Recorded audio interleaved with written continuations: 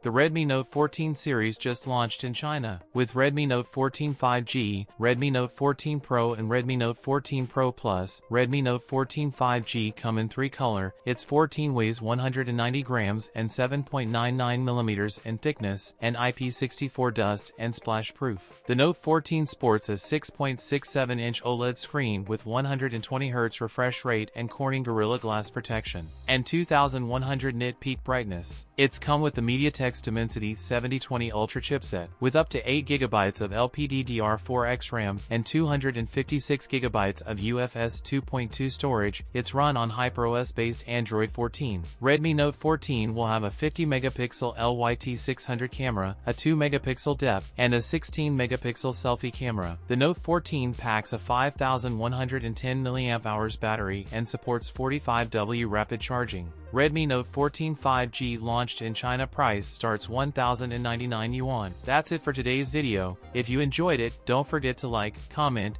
and subscribe for more content. Thanks for watching, and I'll see you in the next one.